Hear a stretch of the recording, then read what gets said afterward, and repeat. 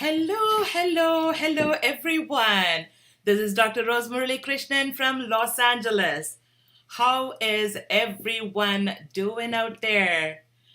It's yet another beautiful and pleasant day here in Los Angeles. And I hope that you are also having a great time out there and wherever you are.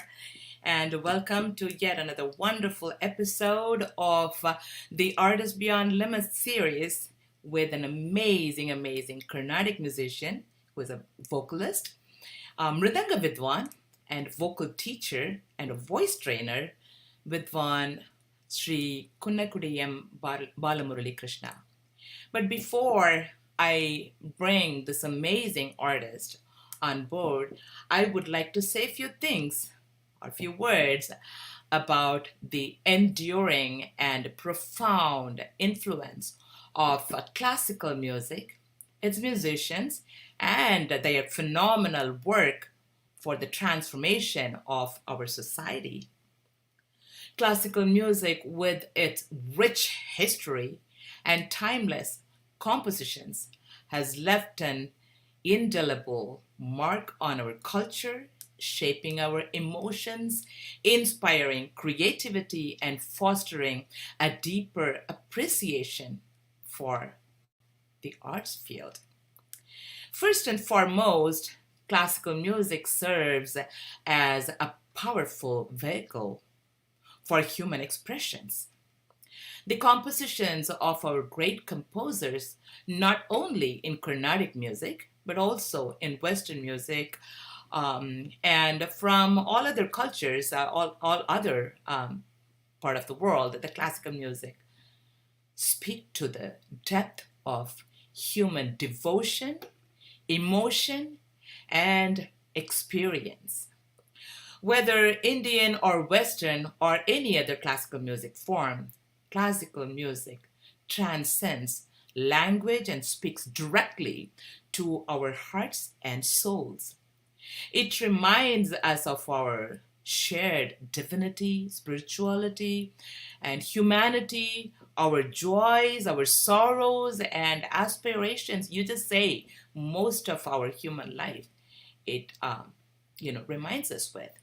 Classical music has the unique ability to transport us to different eras and cultures.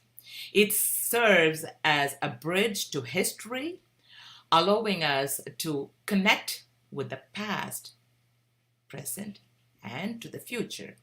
Moreover, classical music has the power to inspire creativity and innovation across various disciplines. Many great thinkers and scientists, I would say, even from Albert Einstein to Steve Jobs to our own APJ Abdul Kalam, sir, have attested to the profound impact of classical music on their work. The intricate structures, strict musical rules, mathematical aspects, scientific nomenclature, and emotional depth found in classical compositions have fueled the imaginations of scientists, artists, and innovators for centuries, right? It encourages us to think critically, seek beauty in complexity, and strive for perfection in our own endeavors. Classical musicians themselves are an integral part of our society's cultural tapestry. Their dedication to their craft, relentless pursuit of excellence, and ability to evoke emotion through their performances inspire us to strive for greatness in our own lives.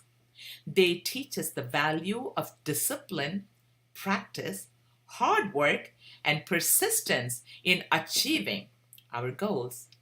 Beyond that, classical musicians often use their talent and influence for social changes as well. Classical music has um, and continues to be a medium for addressing important societal issues and inspiring positive changes. And today we have one of a beautiful human being as well as wonderful musician, Carnatic musician, here with us to talk to us all about his musical journey and how he made it to be who he is today. As I mentioned before, Sri Kunnakudi M. Balamuralikrishna is a renowned Carnatic musician, initially trained by his father, Sri Meenakshi Sundaram, who is a musician and eminent teacher as well. He later had advanced training under Sri Neyveli Santanagopalan sir, and we recently had his interview like few weeks ago as well, and Sri V. Sundaresan as well. He later was trained under the tutelage of Padma Bhushan Sri P.S. Narayan Swami Swar. And for 2.5 decades, I studied with MLVMA only 2 years, so I brag about it all my life. But 2.5 decades is quite a bit, and see how much of knowledge and transformed from Sir to Balamurali sir. This is really wonderful. I'm very, very happy to know that. And he has enthralled audiences as a child prodigy from the age of 8. And from then performing for the past 23 years, I would say, not only in India, but in many countries around the globe. And he visits California all the time, and we never get to meet each other face to face in my house, which would happen very soon, probably in his next trip. Balamurali is an accomplished mridangist as well. After training under Nagesri Pashyam, he is now, undergone with the guidance of Guru Karikudi Mani sir, and we recently lost him. This rare feature has helped him appreciate the intricacies of rhythm from a very young age. His music is totally personal and innovative, yet within the strict parameters of tradition. Balamurali's music is of different cantons, rarely found in musicians of his age.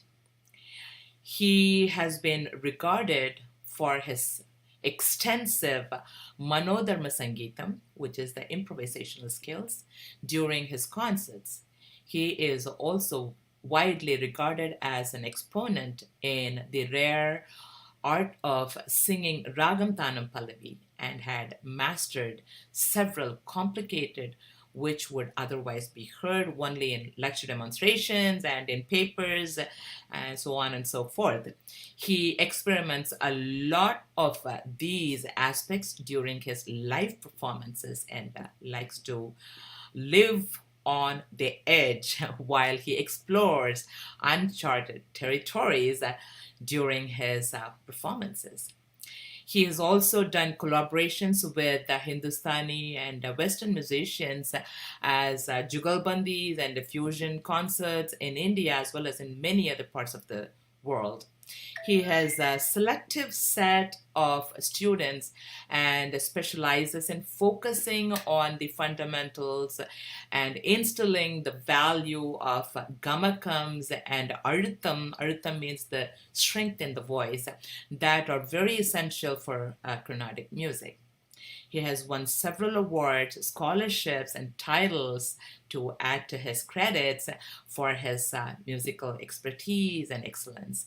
Without further ado, let us welcome Vidwan Vidwan Kunnakudi M. Balamuralikrishna on the world stage now.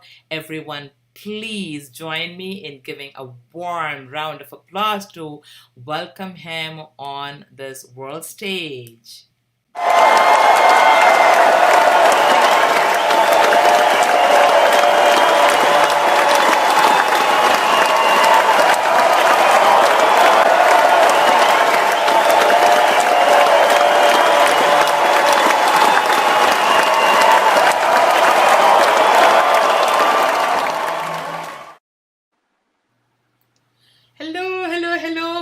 Balamuralikrishna Hello, ji. Namaste. How are you?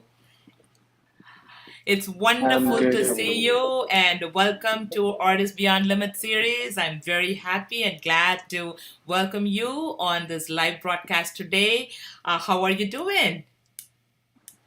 I'm good. How are you? I'm really excited to be part of this. Like you mentioned, I don't think we met at your place or we've had a extensive conversation yet, but I'm here and I'm really, really let's happy at go. least we are able to meet one on one on the live session. Thank you so much for accepting. I know you have been performing a lot and going around, and we have been trying this for a while. And thank you so much for allowing yourself to be here and to talk to our audience. And it's a wonderful experience also for them to hear you out. And thank you so much for joining us. My pleasure. So before we start, so do you have a few words that to tell anything to our audience that what's going to be? I mean, I have no idea what's going to be in the interview yet. I haven't curated my questions yet, and I'm going to be a random and throw all the questions at you, and you're going to be answering. But before we start, so your few words to our audience, please. Um, so it's been a very exciting journey for me. Um, Music for me has been always not just an inspiration, not just a profession, but in various during various decades and pockets of my life, I've understood that it's beyond just an art form. Um, there's been a lot of I've gained perspectives of life. I've gained philosophical understanding just by going through this journey, and it's been a blessing to be part of this. Beautiful, beautiful. Very happy to know that. And so let me go from my side. The typical first question always. I would like to ask you, can you please tell us about your childhood, your family, parents, any siblings, or your schooling, and your upbringing as a young child in music? I know you have been performing from 8 years old, and your dad was your first teacher. And, as a young child, as a teenage boy, your musical influences from your family or your younger background. If you can share with us, that'll be great. Okay, so my childhood has always been full of music. My dad is a music teacher. He still teaches, and I used to go around with him after school. Even before I started my schooling, I've been listening to his classes every evening. So I never actually learned the initial uh, Marisais and till the Varnam compositions. I don't think I've even sat down and learned because I've always listened to his classes and I kind of got it. And that age of age 4 and 5 where you just hear something a few times and then it just goes in. So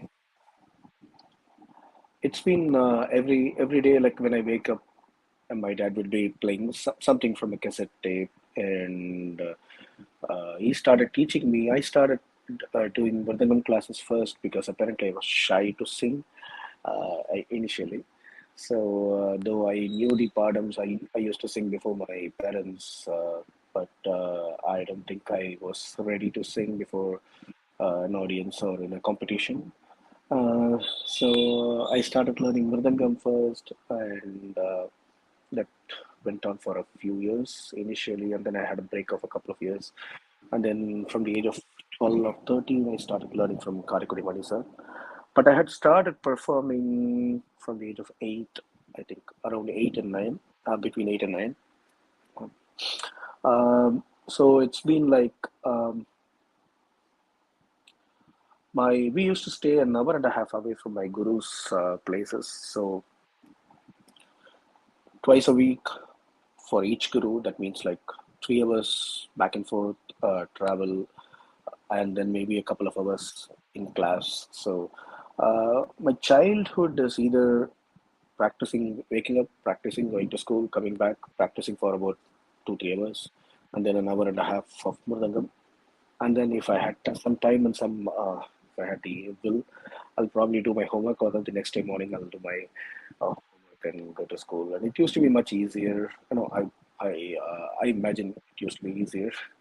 And 4 times a week I'll be like right after school, or if it's a weekend, just come to Mylapore to meet my gurus.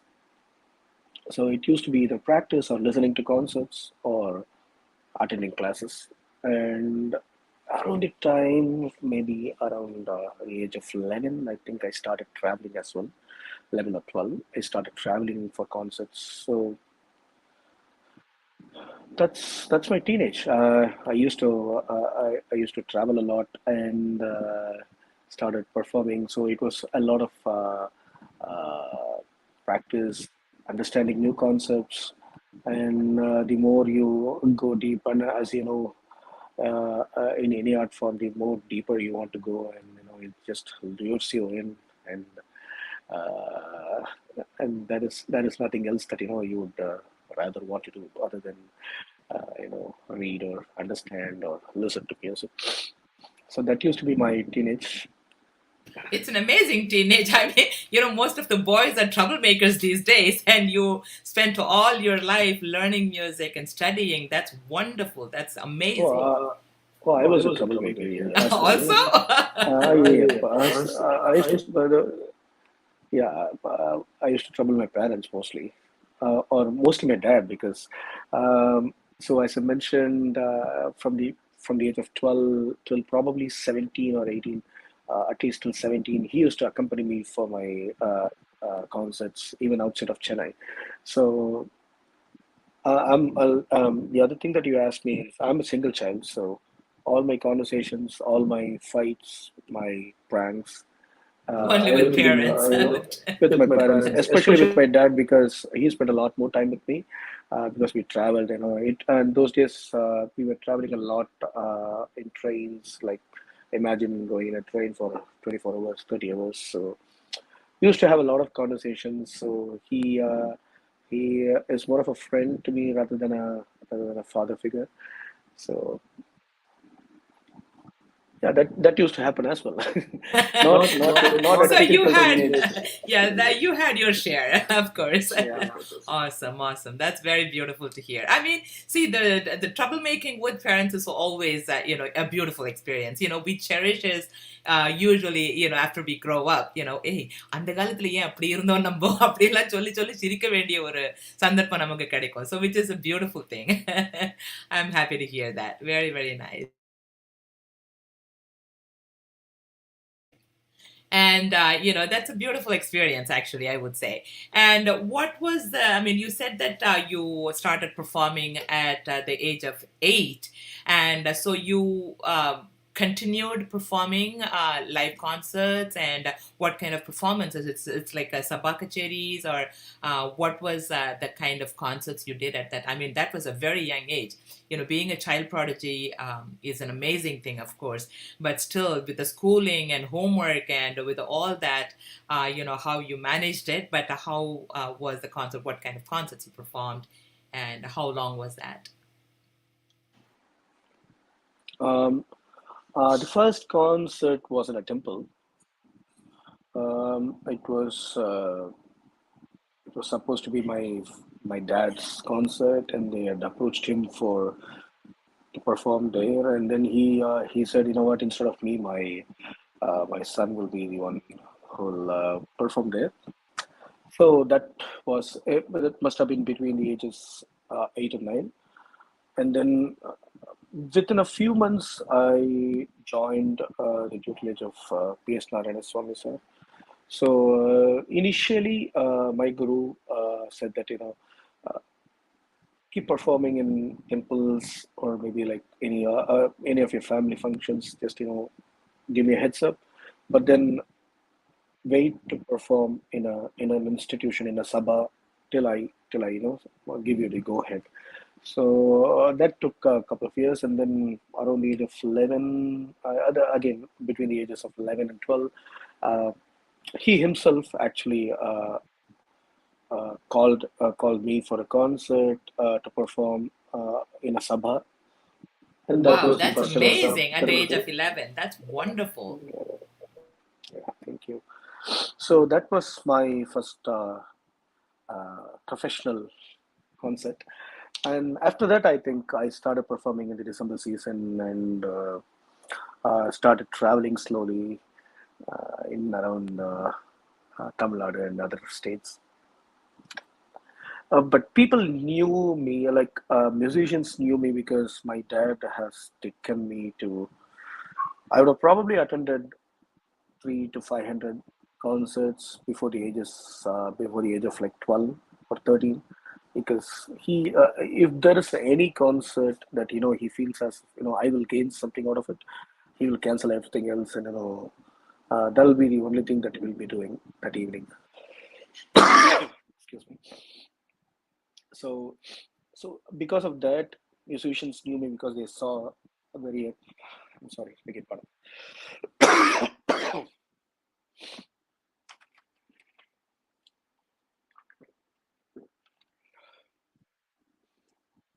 I'm sorry, I know you mentioned you were a little sick, and thank you That's for no, still, making it happen. no problem. So because they've seen the small kid sit and intently listen, and I used to sit in the front row or below the first row of chairs. Uh, so they've seen me, and then when I started performing, almost every single musician, like a senior artist, would know my name because they've seen me somewhere in a concert putting talam and listening intently to whatever is happening there. Uh, so when they started performing, like playing for me, if it's a violinist or a mridangist or a gujaratist, they already knew my face, and there's a familiarity there, and so that helped me a lot as well. They used to encourage me a lot because they've seen me from the ages of like 6 and 7 and 8. So that was a good experience to interact with a lot of senior artists, and moreover, my guru. By the way, my guru and I, we had a 50-year age difference. So when I joined him, he was 59. Uh, so and I used to travel with him to some of the functions and his concerts, and he used to conduct a lot of akhandams and attend akhandams. So wherever he went, I also was there with him. So his group of friends, like he was very close with Dr. N. Ramani, very close with Vairamangalam Lakshmanan, Tiruvangadu Jayaraman, A. Sundaresh, and T. M. Tyagarajan. So all great musicians, and who were most of them were also elder to him. So they were all in their 60s and abundance of experience and knowledge of music. So they used to call me and ask me questions about what I was learning and what was happening with my classes, and they used to share some of their um, be it mathematical compositions or some of their experiences. So I gained a lot even before performing regularly. I gained a lot of experience like this, which is very unique because you don't get to talk to these great musicians that easily. And it was right there. If it's a 3-day function that we attended, I was there with them like morning through night, listening to whatever stories they were sharing between themselves, and also when they took the when they took it upon themselves to call me and ask me about what I was doing, and then give me some challenges, especially Ramani sir and Chengalpattu Ranganathan sir and yes, Sundaresan. They've given me a lot of challenges. They'll ask me to come. uh, during the morning breakfast, and then they'll give me a challenge and ask me to find a solution by the end of the day. So those were those were experiences that I don't think it's beyond being unique. It's unbelievably rare, and I got that because of my guru as well, and by God's grace.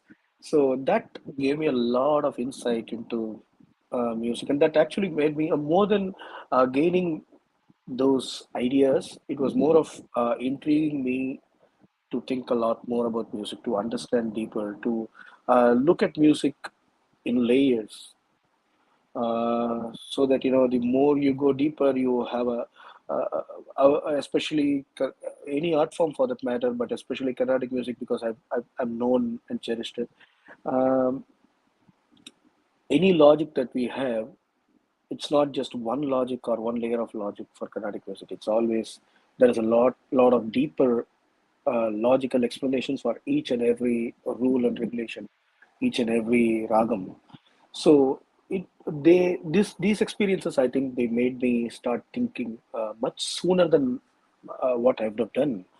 So that was great for me. So my performances were always targeted towards achieving that, or I thought achieving that, but now I realize moving towards a far reachable goal, but a far goal. But that started me thinking a lot more about Carnatic music. Beautiful, That's beautiful. Very, very beautiful to hear that. I mean, more than, I would say, more than experience, these are all the blessings that you had at a very young age, to travel with all these great musicians and yesterday musicians, and this is amazing. I mean, to hear about it, and that's what made you to be one of the best young I mean, right now you're not young, but still, to me, you're young. But yeah, best young artist, in that caliber, like a really amazing. Your performances really enthralls the audience. That I know. Whenever I hear your music, that's always, it's a beautiful music you're presenting. It's not like one of those, like knowledge wise, mathematical wise, and anything, any aspect of Carnatic music you take, it's there in your music. That's one thing I always appreciate. That's really amazing. And now I know what Thank was you. also behind to all these, knowledge. Wonderful, wonderful. Very happy to hear that. And my next question to you is I wanted to know more about you. I mean, of course, before you go with your uh, main guru, P.S. Narayan Swami Swar, you studied with also other gurus. And give me some, talk about your gurus. Just give me some insights about your friendship. Of course, he was already 59, you said, when you joined him. You're a lot younger when you started with him, but still, tell us about your gurus and your relationship with, at least with P.S. Naraswamy sir. Uh, he is an one of a kind person. Uh, Before I go into who he was and what he means to me, the wonderful thing about him is that each and every one of his students will feel the same. We all feel the same, but if you ask me, I'm gonna say, I was a little bit more extra special. I was a little bit more. I was more of a pet in his household, is what I will say. But in all fairness, I think every single student in who came to his house would feel the same. He had this amazing quality of he was beyond being human. He was godlike in the way he gave, in the way he was. Uh, um, for want of another word, I would say selfless. It was he gave himself, so I wouldn't understand. I don't know whether I could say it's selfless, but he lived his music. The way he conducted himself to his students is the way he approached his music as well. So it was on us to understand. It was on us to uh, get the best out of it. but it's like a comparison to music. The more we work on it, there is a there is a deeper understanding of music. The more we go into it, we understand that there's a lot more, and that's been my feeling even till today. When I keep hearing his recordings, what I understood 10 years back uh, is very less compared to what I understand today, and I'm very sure that in 5 years, in 10 years time, I'm going to understand a lot more about his music and about what he meant when he sang and when he taught us. He was a great human being who gave not just for his students, but to anyone and everyone who came and asked him anything, not just music. It was just in his blood. He and him and mommy as well. His uh, there's been so many. I cannot even count how many times that I used to come from my school directly to class, and it's like I mentioned, it's like an hour and a half journey for me. And right when I entered the house, he would say, "Just go to the kitchen. Mommy has made something for you." So I've eaten there. She'll make something very fresh for me, and I know that it's just made for me because I know the quantity of. It's in the evening, 5 o'clock. There'll be something for me to eat, and she would have prepared it, and then she'll give me a coffee. In fact, my coffee. I started liking coffee because of having coffee there because I couldn't say no to her. She gave me coffee, and in fact, she would forget to add sugar because she was a diabetes patient, and so I would have actually wanted sugar at that point, but I'm just I think I'm digressing. But um, I was at the age of 10 or 11. I was not. I didn't take it upon myself to tell her that I didn't want coffee or I wanted sugar or whatever. So I started liking it after a while. But then, yeah, wonderful experiences and very, very, very shrewd and very down to earth. Uh, I I mean, he mean, he gave gave us us a lot of. a lot of insight into music. He rarely spoke during classes, and he was a prankster, and when any ask any musician uh, in his age or around his when he was growing up. He himself has told us a lot of his practical jokes and pranks that he used to pull on his fellow musicians. And I've heard a lot many more stories that he didn't tell us. But other than that, that was also a part of his nature of being open and being down to earth and being a very frank and straightforward person that he was. I didn't know. Obviously, I was 8 when I joined him. I didn't know who he was. I didn't know what he was capable of as a performer, as a teacher, as a person. But he just completely changed my life. The way he taught us, and we none of us even knew when we progressed, how we progressed. It's so magical and so it's very how can I put it? It's very delicate. It's very subtle that we didn't realize ourselves that we were progressing and to watch what such levels that but whoever came to him in about 2 3 years, there was exponential growth in understanding of music, in the way they sang, the way their voices responded. And he never spoke anything. He never did anything physically. He didn't sit us and tell us what the problem was and what to do to solve it. He just taught us. He sang and it was honest to understand. I know. I When I started teaching, I used to think, I should teach the way my guru taught. I should follow his footsteps.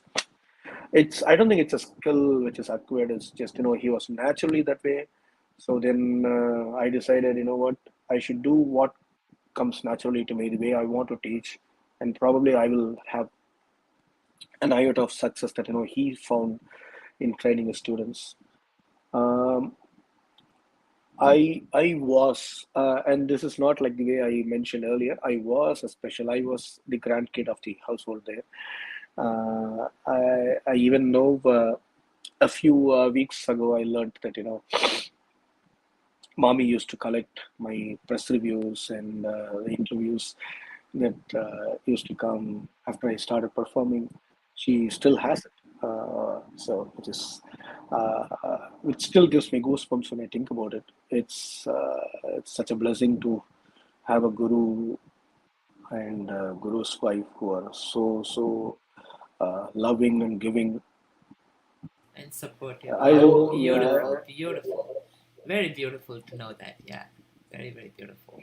And I mean, see, sometimes without our knowledge, I mean, as you mentioned, as 8 or 9 year old, I didn't even know what I would get out of him, who he was, what he is capable of. But the thing is, without my knowledge, I was growing. So that's very spiritual. That feeling is very spiritual. It's very divine, I would say. It's really amazing. Very, very happy to know that. Amazing, amazing. And my next question to you is your other aspect of music, your musicianship. You are a mridangist. Tell us, I mean, of course, you said that you were a little shy in the beginning to start your singing, so you went into that side of it. But after you started singing, so usually, that's a pakavadyam. So usually the singers, of course, to gain the knowledge of, the rhythmic aspects, usually they learn. But you are also very well versed mridangist. I heard one of your, playing, and that was really amazing. And so, how did you manage to do both almost equally well? Even after you started singing, taken singing as your main career or main, thing, you still continued to do mridangam without quitting that. So, how was it possible? Um, I used to love rhythm uh, even before I started singing.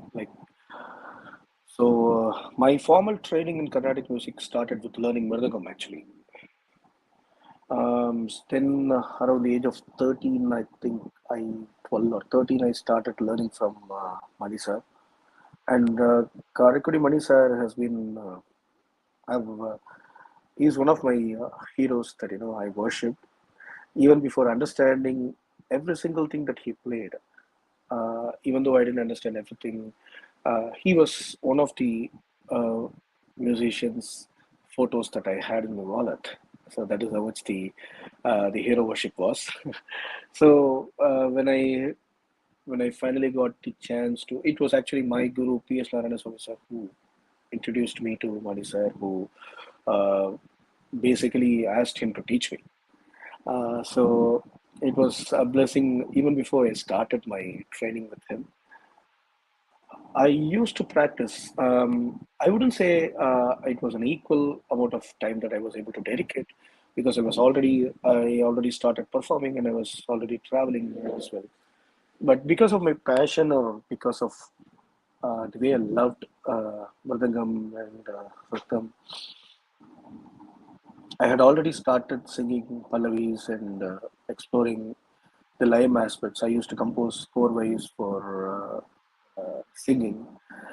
So this helped me, and it was complementing. It's a cumulative process.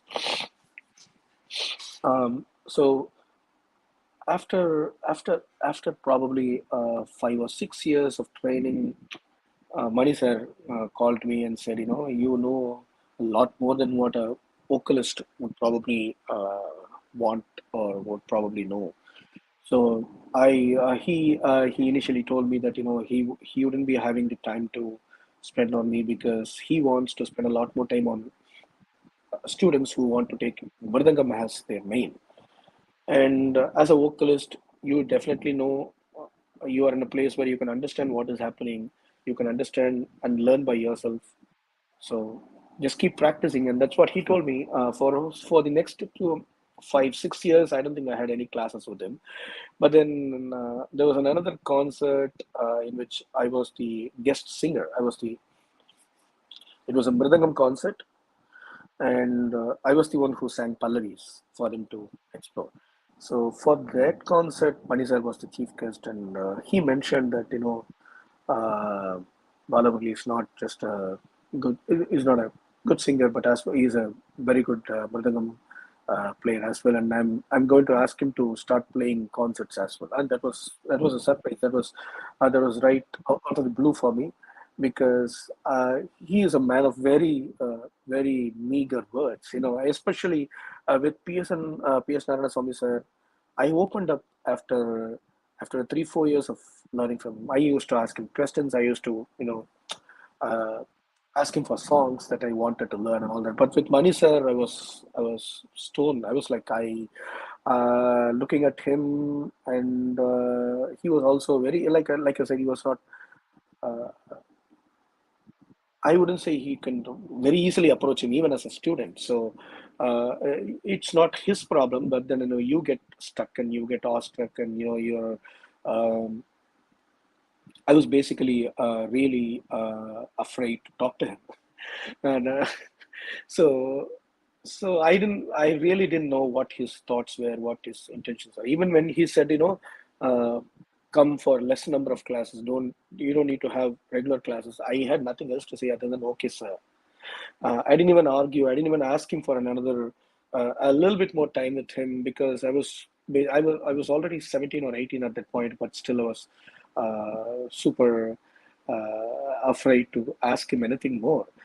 So when he threw this on stage on before audience, and I was obviously it surprised the audience as well, because it's rare that you see Mani sir give a compliment for a very young kid, and I was right there sitting. I was super surprised, because he was just going on telling that he's a good mridangam player and he can play whatever happened on stage today, and I'm going to ask him to start playing mridangam and start playing concerts as well.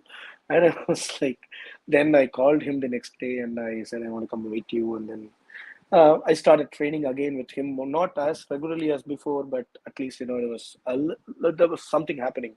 I was learning something. But at that point, I was completely into music as a profession. I was 25, 26, and a lot of travel, pockets of months of not being available in India and not being able to practice. So I took it on myself around, I think, 2013 or 14. I think I started practicing. We started forming a group for a different reason. I think probably we'll discuss that later. We started forming a group, and I started practicing mridangam. It developed into a group of 10 musicians. Then it grew as well. But initially it was just 3 or 4 of us, and I'll play mridangam and I'll ask one of them to sing, and then I started training that way. Mridangam is instead of being a profession, the way I sing is also a passion and a profession for me. Mridangam just became a passion for me later on. Uh, I still play. I still play concerts sometimes. I still play. I do practice, and I do keep myself up to date. I love Tamil. I listen to a lot of Nadaswaram Tamil concerts. So I take ideas from them. I love listening to that and understanding their approach, and of course tabla, any other rhythm instrument as well. So it's more That's of a very passion for beautiful. me Yeah, to. that's really amazing. Yeah. I would like our audience to, see you playing a mridangam a little bit.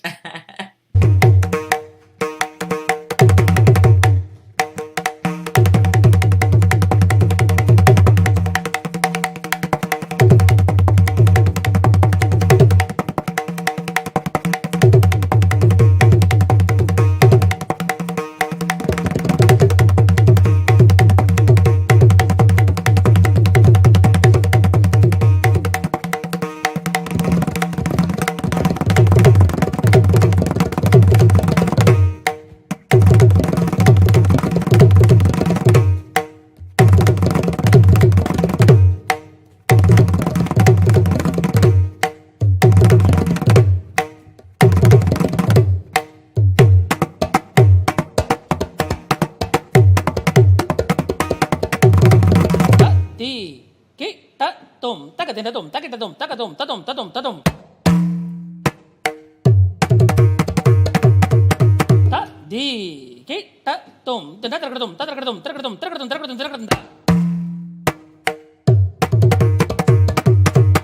Takadi, kik tak kadong, kutak kadin atong, takitadong, kutakadong, kutadong, kutadong, kutadong. Takadi, kik tak kadong, kutak kadin atong, kutakitadong, kutakadong, kutanatrakada. Tati, kik tatum, takadin ataga, takitadaga, takadaga, tadaga, tadaga, tada.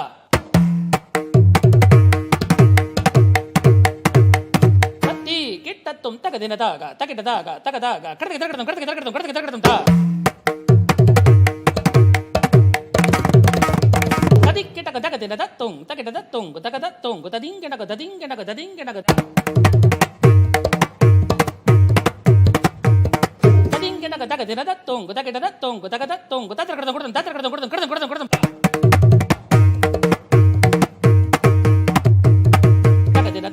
takita tum takata dong kutata kadong kutata kadong kutata kadong takita ta tung takita ta kadong takata kadong kutaka nadra kadong takana nadra kadong takana nadra kadong takita tum takita tum takadum tadum tadum tadum takita tum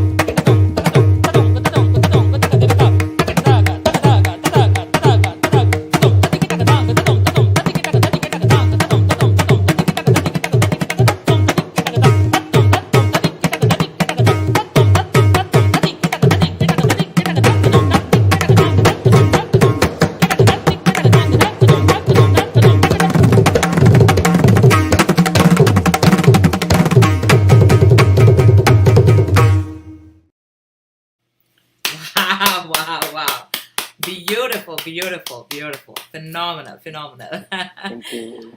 And so I just told that, so that that little part of it was a long one, and unfortunately in StreamYard it takes only less than 3 minutes, so I had to cut it off but I think I did a decent job in cutting, not in the wrong place. That was very beautiful. And so my next question to you is, I know, like I heard, you on one of the conversations that you mentioned that you lost your voice, in 2010 or so, right? And can you tell us what happened and how did you, what made you lose your voice, and how did you get, how did you get recovered from it? And your voice is, of course, now is phenomenal. And what kind of therapy or a medical treatment you had to go through to get your voice back to sing as phenomenally well. So I just wanted to, sometimes, as teachers, I also sing in different pitches. Sometimes I totally lose my voice. I can't even, sing at times. I choke literally sitting in a class because of this reason. I would personally love to hear, how did you lose and how did you gain it back? And how did you make it work phenomenally well? Around 2010, end of 2010, I think I used to have a lot of issues even while performing.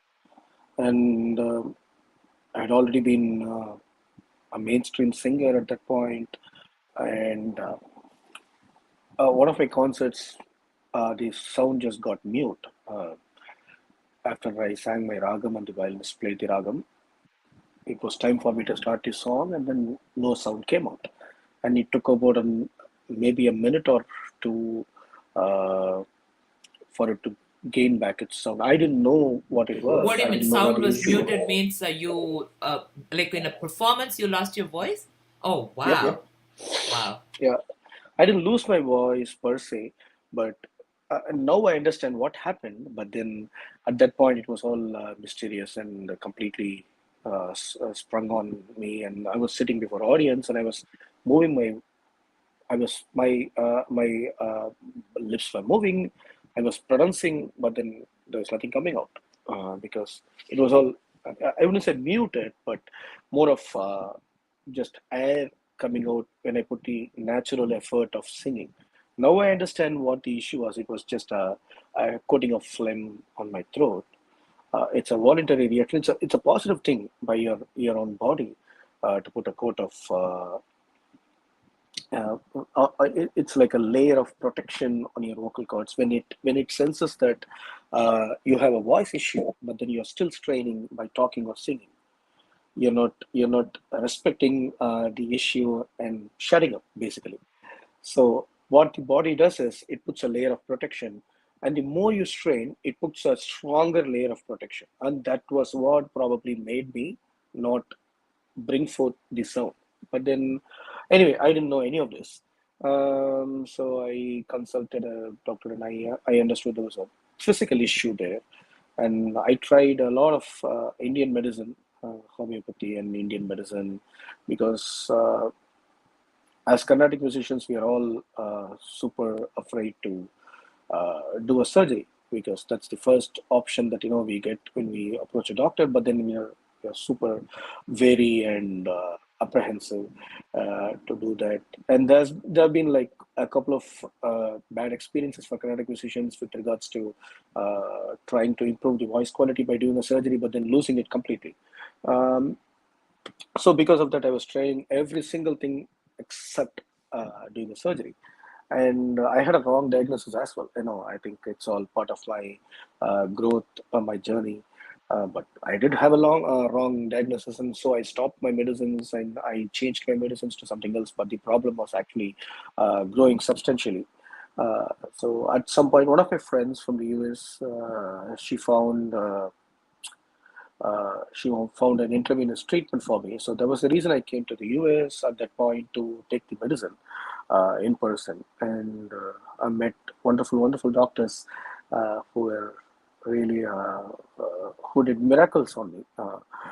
Because at that point, I didn't have any insurance there back. And then they were like, it would take me a lot. I would have to talk for an hour about them. So the first doctor then told me that, I know that you don't like to have a surgery done on you, but I myself wouldn't want you to go back to India and do the surgery. And now that you're going to be here for the next 2 months, this would be the time for you to meet a Are surgeon and they just have a talk. are they the Indian doctors, or are they the American No, doctors? Okay. yeah, both of them American. So I met them in New York. I actually met my surgeon. He was at Mount Sinai at that point. He was working with Mount Sinai. So I met him, and then he was very clear about having to do the surgery, because the issue I had grown. I had a polyp basically. I had an outgrowth. So the issue had grown substantially, and there was nothing else any medicine could do at that point. So I had the surgery, and then suddenly, miraculously, after a week, everything was clear. All the 5 years of, and this happened after 5 years after my initial diagnosis of having the issue. Uh, so the reason probably would have been like wrong techniques or excessive use of voice. Uh, I think those are the reasons that I got the issue, because my music, my way of approach is also a little bit different from the usual approach, because I used to sing a lot of concerts during that time, between 2008, 9, 10, and all, and but then my music, the way I wanted to sing was like it was 1960s or 70s or 80s. But then the workload was a lot more. Was probably 4 times number of concerts that I sang in that period, compared to what musicians during like the 80s would have done. So that was probably the reason why the voice couldn't handle the excess force and the lot of pressure that I was putting on it. So after the surgery, I think it was hours and hours and hours of research. Oh, so you did go through a surgery? I did. Oh, you did? Oh, Yeah, wow. yeah. There was a New York though. After 5 years, I did accept to do the surgery, and then again, it was a miraculous journey for me. Suddenly, the voice was free of any physical issue, but then I had a very unique reaction to the surgery. So I had to develop my voice in certain ranges where there was no sound, and the range and the tone of my voice changed. So again, like hours of researching and listening to every single genre of music, looking to see for some technique that I can probably incorporate into my music.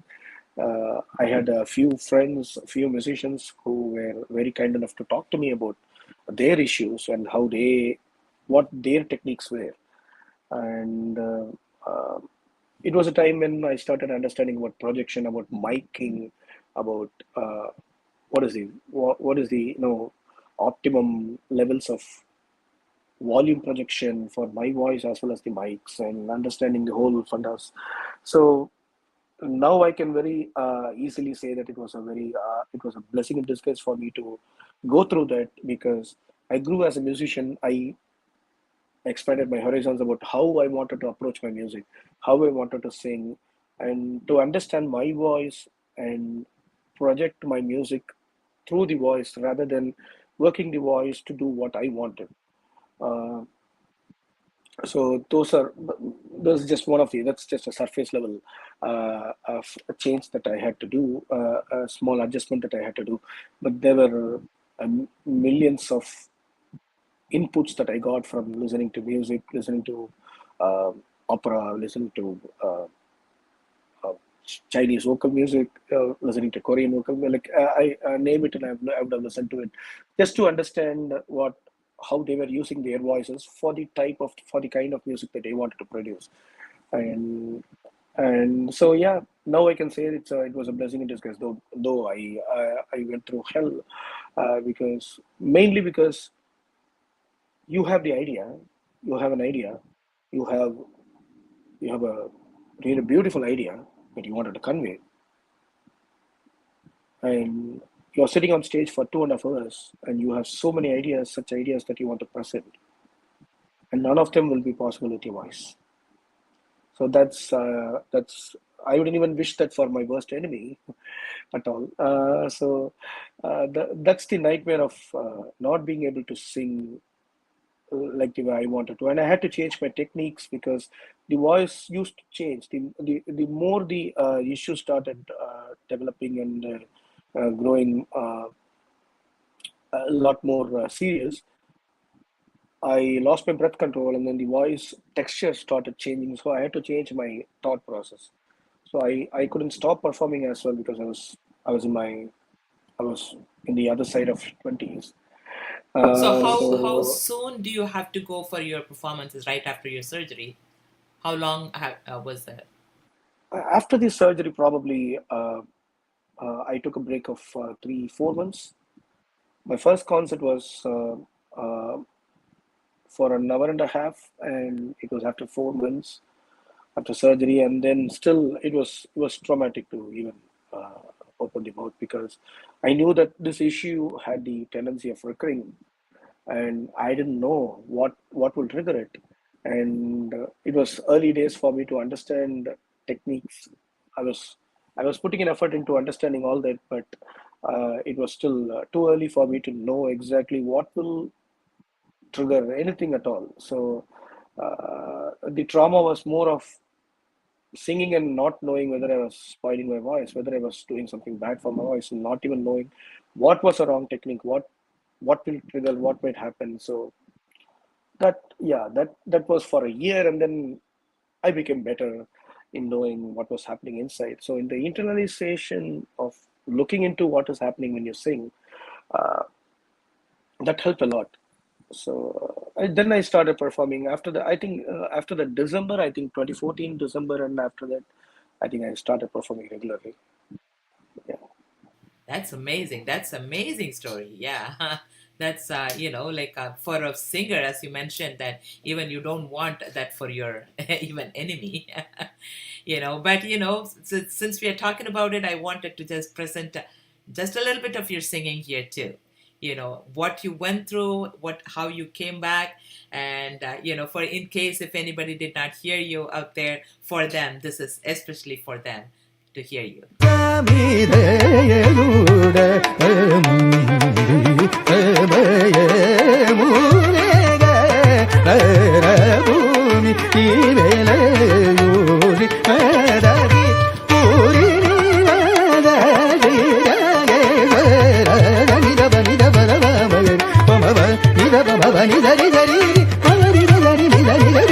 bari ni ni da ba magari ma ba ni da mi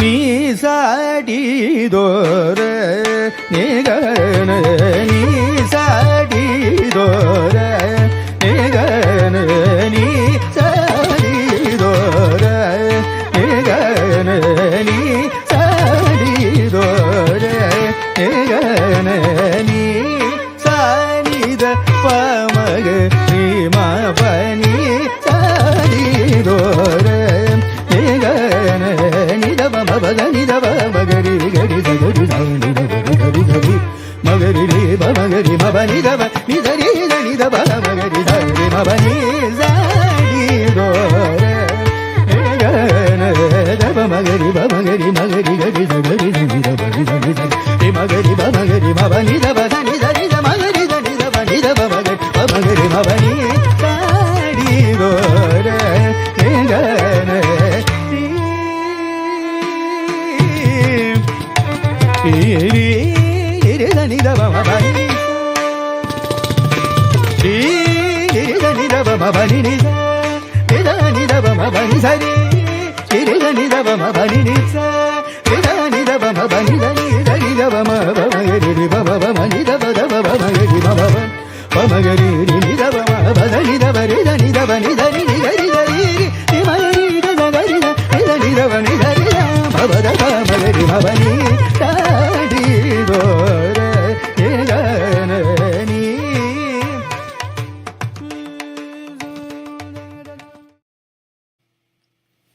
Wow, wow, wow. என்ன ஒரு சரீரம், என்ன ஒரு voice, beautiful, beautiful. And then, that's one of my favorite Varnams anyways. I loved it so much. So beautiful. I mean, you recovered from it, and then with the, in the alavukku, to present it is amazing, and I'm very, very happy. Was this before or after the surgery? This was after. After. Amazing and beautiful. I'm so happy that you completely, I mean, this is a full recovery, I can say. And you recovered beautifully, and you're doing an amazing job. I'm very happy for that. And my next question to you is, your exceptional Pallavi renditions, as well as, knowledge of creating the amazing Pallavis and Pallavi singing, which is the most creative aspect of Carnatic music. Can you please tell us about, the Pallavi singing, Ragam Dan Pallavi? The interest developed way too early. And my guru was also, he taught me my first Nadai Pallavi within the first 6 months of starting classes with him. That's amazing. Nada Pallavi in the first 6 months of classes. Wow. Because I had already started singing Pallavis and understanding them. So he wanted me to embrace it and start working on it a lot more. So even from that age, I think it was special for me to understand. And because of my rhythm background and my passion for Layam, it intrigued me to explore different talams, different complicated talams. I like the challenge of working on different talams. So that's what probably pushed me to work a lot more on Pallavis. What was the most complicated one so far you have created? I would say no. I don't think I can. I know. I mean, I don't want to put you on spot. Yes, of course. That needs at least a little bit of revision before you sing. You don't have to sing, but No. just, yeah. Well, the problem would be thinking a lot more about it. It's just that each one of the talam and Pallavi, it presents a different challenge. Basically, it might be a Chatusarnade Pallavi, but then if it's a Simmanandana Talam or an 8 Kalai Pallavi,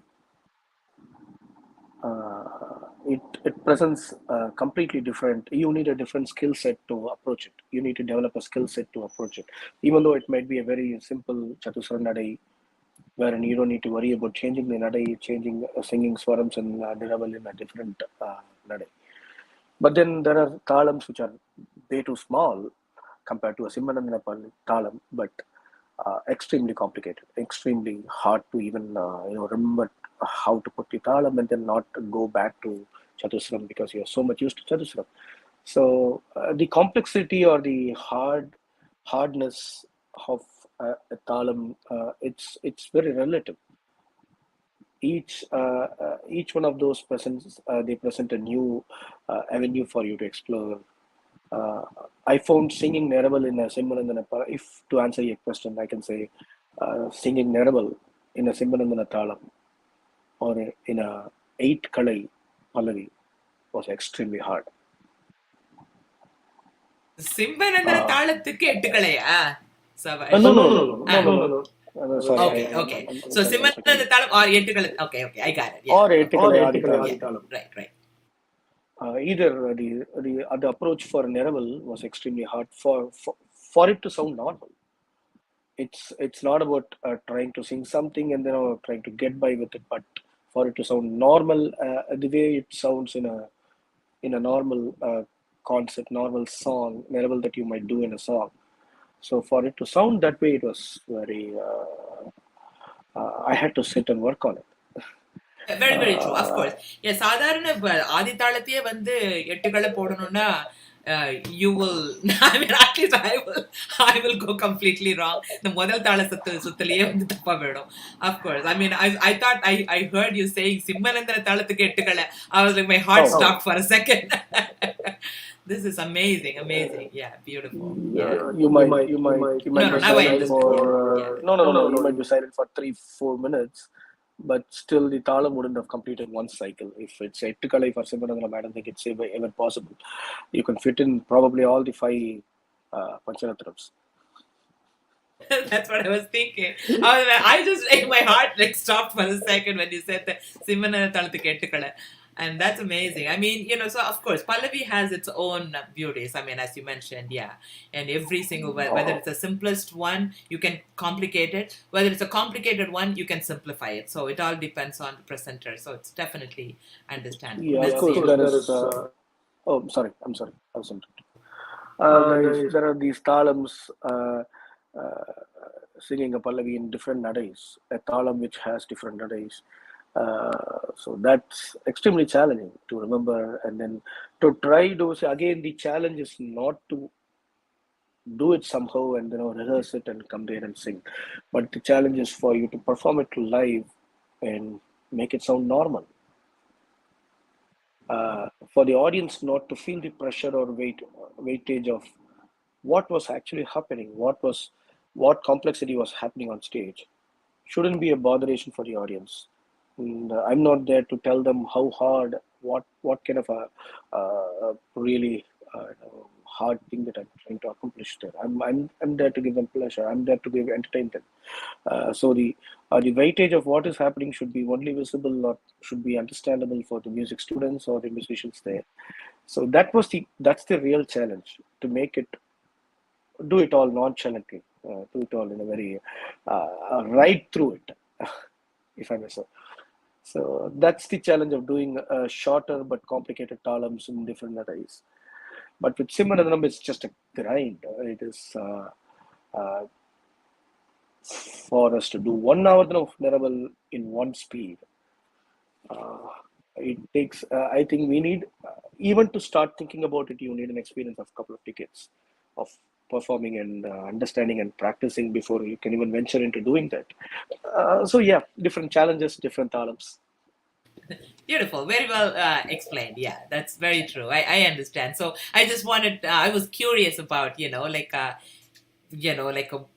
what could go wrong in a Pallavi.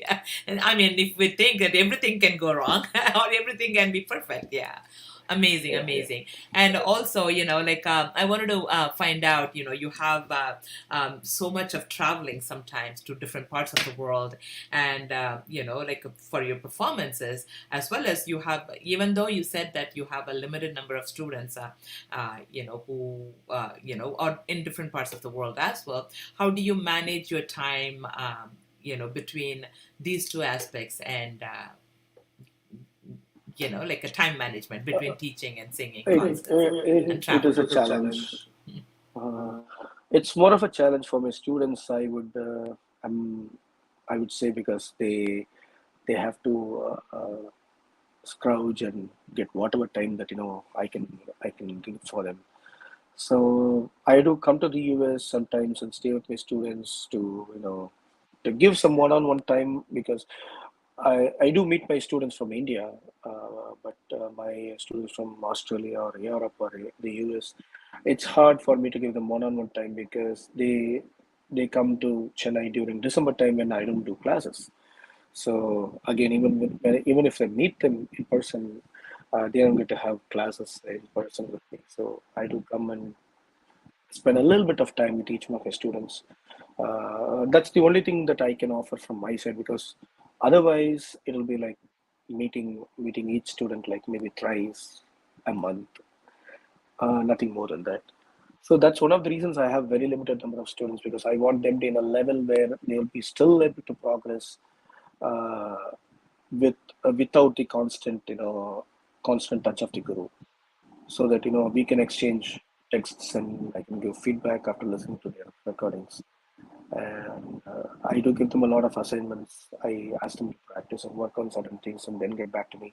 So we manage as a team, as a guru student team. We do manage, but sometimes it's very challenging to do that as well, because I'm still traveling at large. I do a lot of travel, so That's very I'm true, yeah. blessed. I would say I'm blessed to have. Sorry, you were saying something? No, that's completely understandable. Yeah, no, I'll let you talk. Yeah. No. I'm just trying to say it's a blessing that I do have a great set of students, bunch of students who are very shrewd, and they do understand, they do grasp a lot, so it works out. Yes. Beautiful, amazing. So that's one thing that the student-teacher relationship, even if you are not available, they understand and then they practice on their own. That's really, like a need. So, that works out in both ways. Awesome. And, I have one more song for our audience to listen to, and then we are going to go almost to our final stages of our interview. So here is an improvisational aspect of your singing. Da da di da da ma ba da ba ba da ma ma da ni da ba ma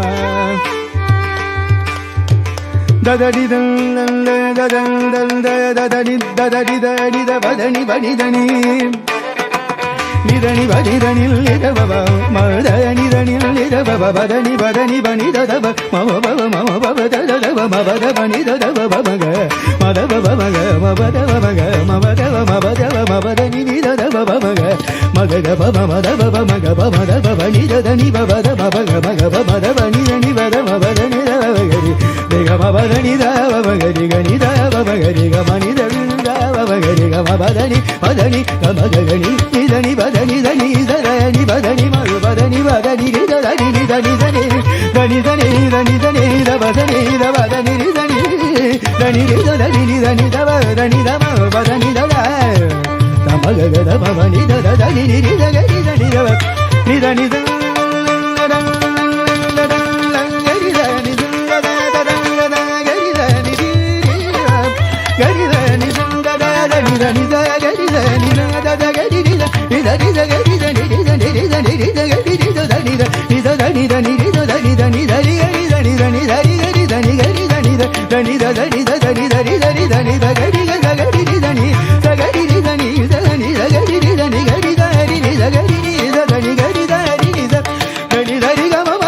ni da ni ri ri da ni da ni ri da ni ri da ri ga ri ga da ri ga ma ga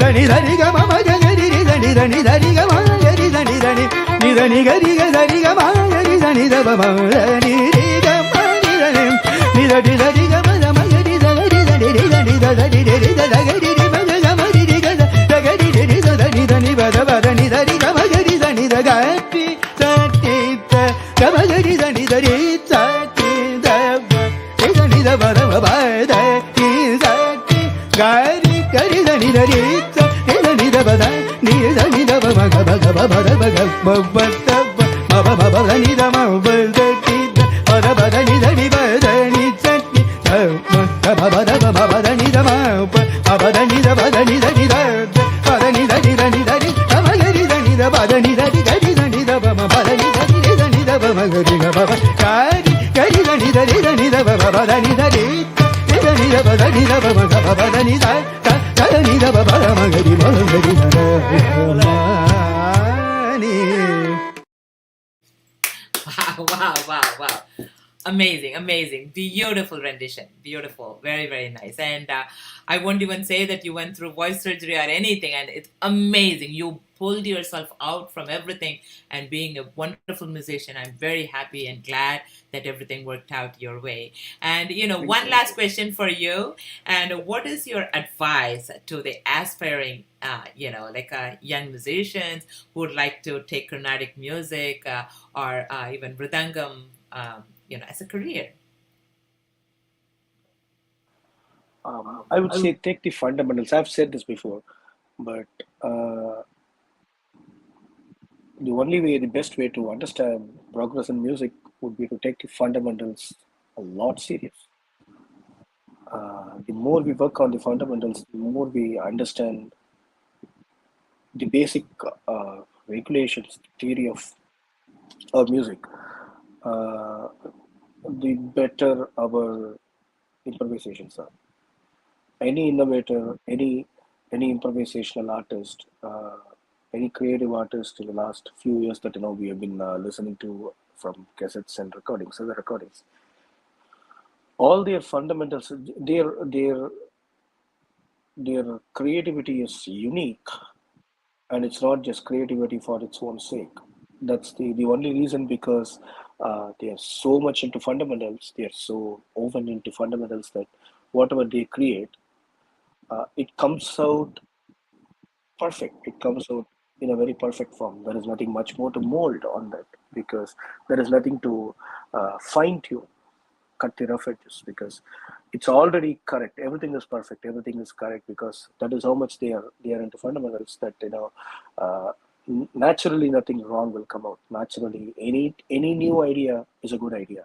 So that's the only way to go about,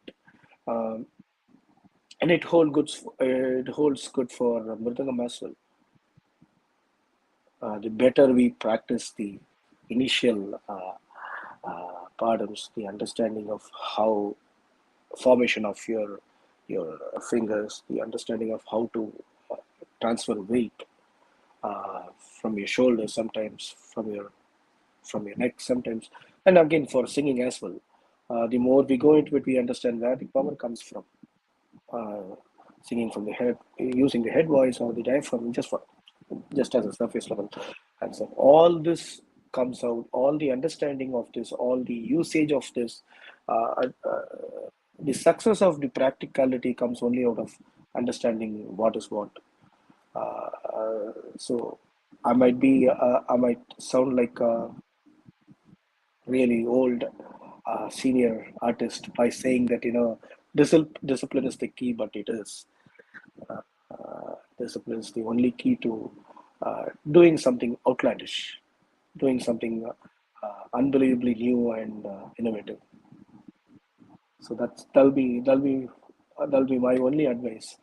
So beautiful, very well said. I mean, that's amazing. I mean, on this aspects, I mean, we are still holding on to 2,000, 3,000 year old art form in our hand. That's the one. I mean, like whatever, like 20 years ago some composer composed some song in movies, and the kids from this generation don't even know that. I never even heard that.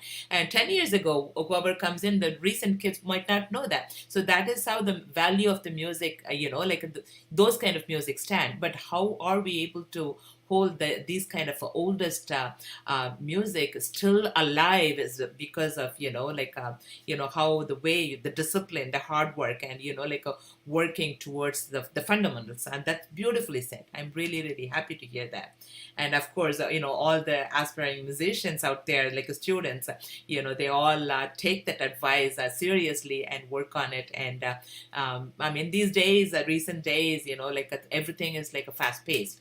As soon as they hear a song, they have to get it, they have to perform, the next day. I'm not saying every student is like that or every child is like that, but the society is developed in such a way that they don't have time for anything else. In that kind of situation, this advice is a very, very amazing advice for everyone to take it from that. And even though you sounded, very traditional, very old on that, that's the only thing which is going to work for everybody. That's a beautiful thing. So that's really, really amazing. Thank you so much, Balamuraliji. And, I have one last thing, I pulled out some pictures from, different parts of Google. So I'm going to be placing, and this is like a rapid round. It's not too many, but I want you to look at it and tell a little bit about where it happened and which concert or which part of the world you performed. It could be just Chennai also, but I want you to give some idea about that picture. It's just a game. Let's see. So I'm going to be starting with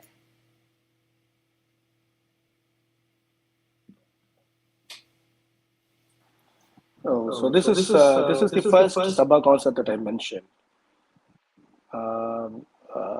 This I was probably 11 or 12, and I had this was at Ragasudha Chennai, Ragasudha Hall, and my first ever Sabha concert.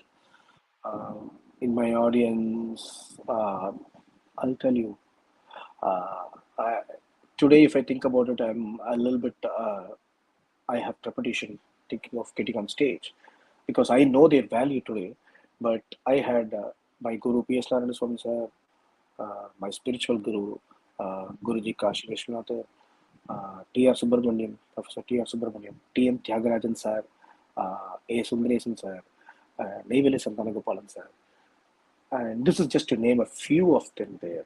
I had Rajaram sir, who's the son of Palakkad Maniyer. And of course, I had Abhishek was there, Ananta Krishna was there, and a bunch of my colleagues were there, musicians of same age, and they all were performers as well at that point. So this was the kind of audience that I had for my first ever concert. I'm glad that I didn't realize the value and the weightage of having such an audience. Right. Beautiful, very beautiful.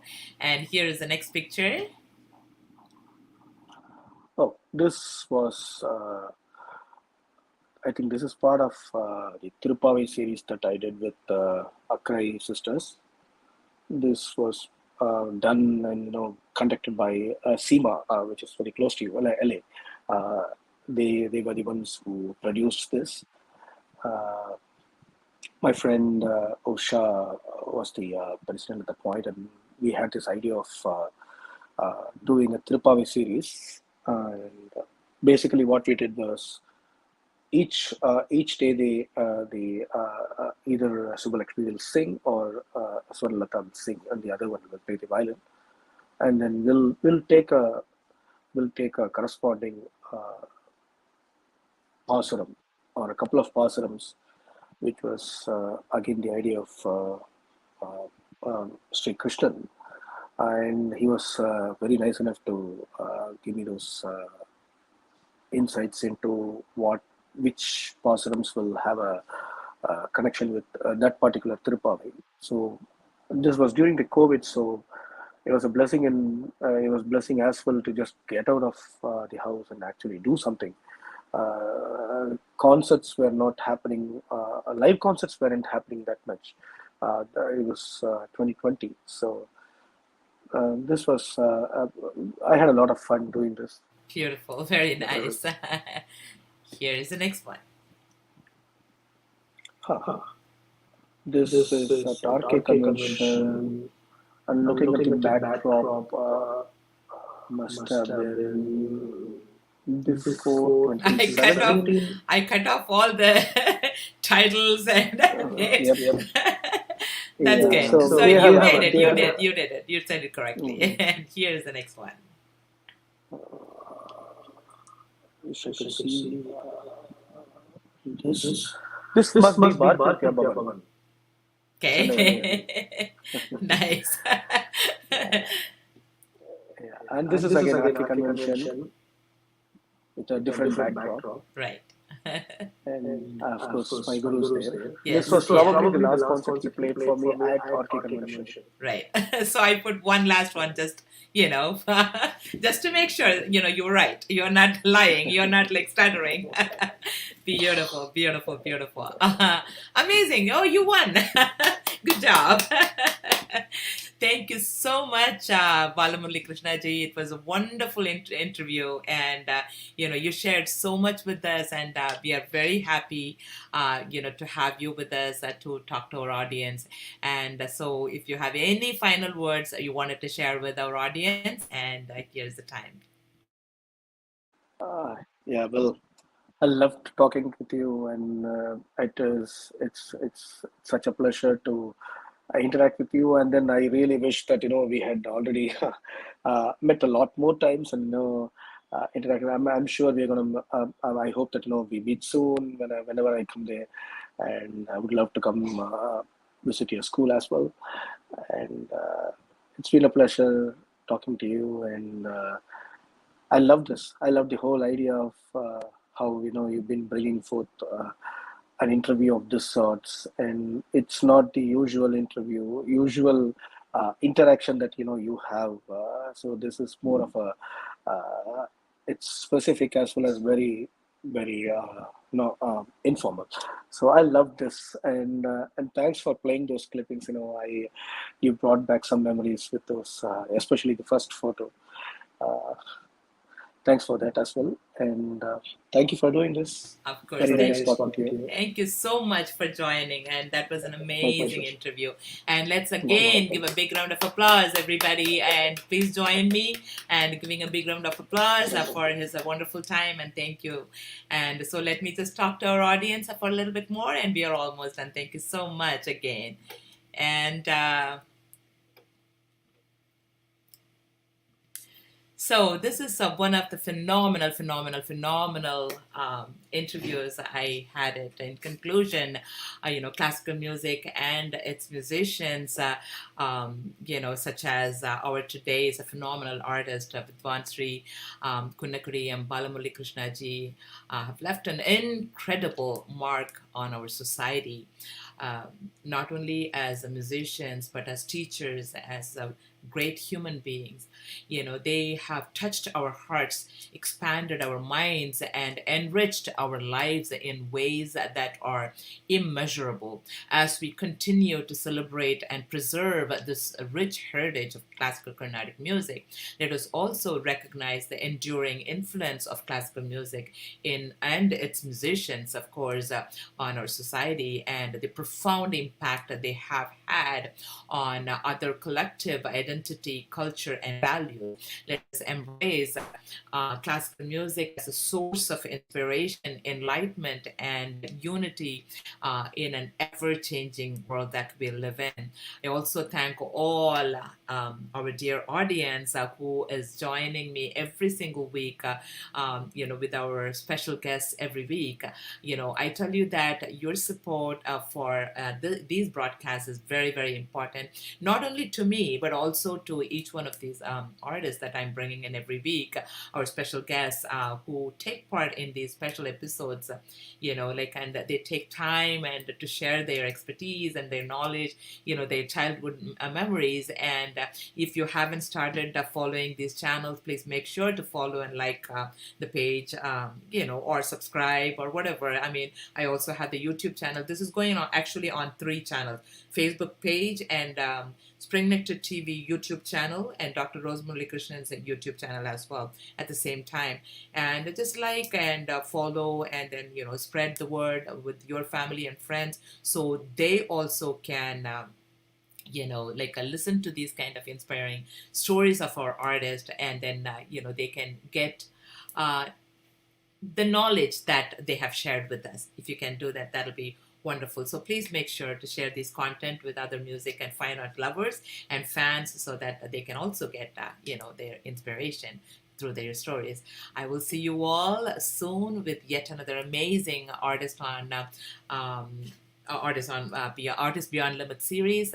Till then, keep smiling and be happy and stay safe, and spread love through music or dance or any fine arts of your choice, and with everyone around you and around the world, to make this world a beautiful place to live in. Love to you all, and I'll definitely see you all soon. Bye bye for now. Thank you.